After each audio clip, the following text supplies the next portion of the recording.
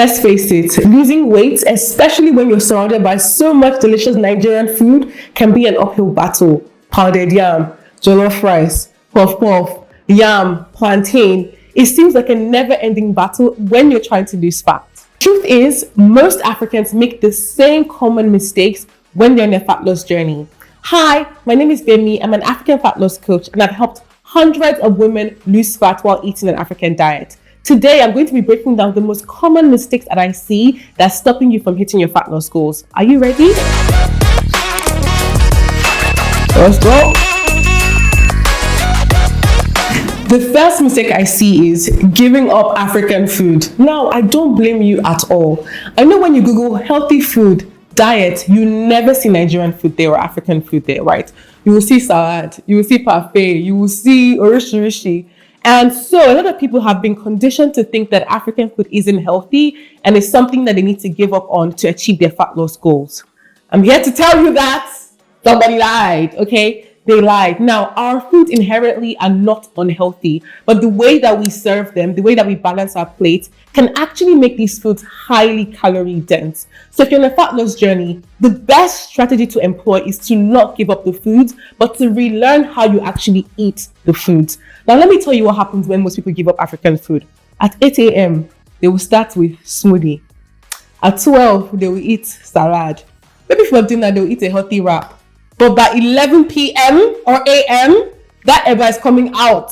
The jollof rice is coming out. And then what happens is that you've eaten these foods which are healthy but also have calories. And then now you've added on the extra Nigerian food. People gain weight eating this way, right? You're supposed to be losing weight and you're wondering, why the scale is not budging? Why you're just getting, bigger over time and you're eating healthy? It's a scam, okay?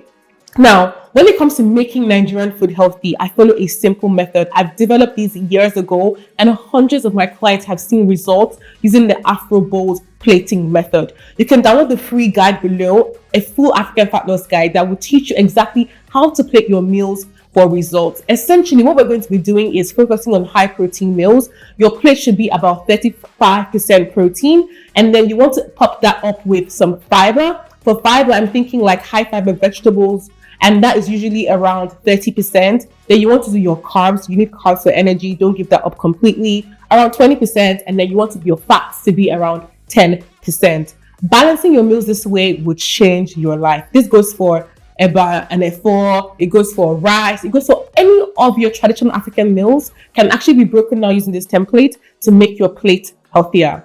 Fat loss is not about eating less. It's about being smart with the meals that you eat. And it's definitely not about giving up your favorite foods because I don't get like, did we come to this life to suffer? We didn't come here to suffer now. Me, I didn't come here to suffer. So why will I not eat? I have to eat. Allow me to enjoy myself. Allow me to enjoy. And that brings me to mistake number 2, overloading on healthy Nigerian foods.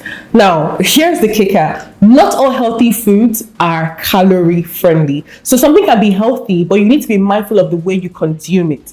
Take olive oil, for example. It's a healthy food, right? But it can also be a calorie bomb.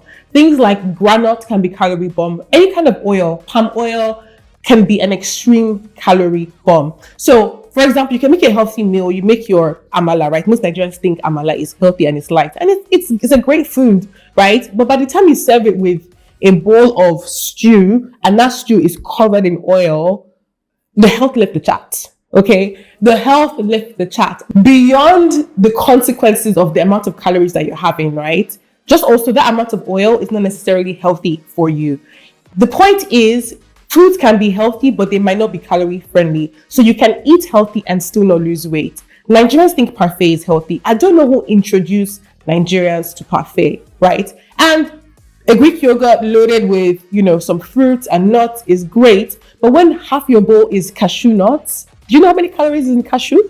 And then you have fruits and then you have this yogurt that is mixed with so much sugar. Please, that is not healthy. You're better off balancing your plate and knowing exactly what goes into your foods. Ingredients matter, quality of calories matter. So not all healthy food will get you to your fat loss journey. That's the moral of the story. Know the amount of foods you're eating, balance your plates, and don't assume that because something is healthy, you can eat a lot of it. Close your mouth. The third mistake I see Africans making, and when I say Africans, I will always refer to Nigerians because I'm Nigerian and that's my context, is that I see a lot of people neglecting strength training. So when people want to start their fat loss journeys, they work on their diet and they start doing lots of cardio. They're going to the gym, they're walking on this freaking treadmill. Don't get me wrong, the treadmill is great, walking is great, but if you really want to see lasting results, you need to be incorporating strength training into your routine. Now, strength training does so many things for you, but the most important thing you need to know is that it helps you build lean muscle. The more muscle you have, the more calories you can burn at rest. This means by doing literally nothing, you're burning more calories than the average person. Plus, lean muscle gives you that sculpt and tone that we refer to, and it can be an extreme powerhouse when it comes to your fat loss journey. So I would definitely recommend mixing in your cardio with at least 3 days of strength training to see the results that you want. Number 4, and this one might feel like an attack, but it's ignoring your liquid calories. Have you heard of Zobo? Zobo is basically a hibiscus drink that is really popular across Africa. Some people call it Bisap. I know they have another name for it in Ghana. But basically, this is one drink that everybody refers to as healthy. But if you go to the average Nigerian vendor selling Zobo, they put so much sugar in there. So much sugar, right? And it's counteractive, right? This thing has so many calories. So Zobo is one example. But things like your kunu, things like Coke, right? People forget that these things actually add in a lot of calories. Your tea, you're having tea 3-4 times a day. Every time you have this tea, you're putting 3 to 4 tablespoons of sugar.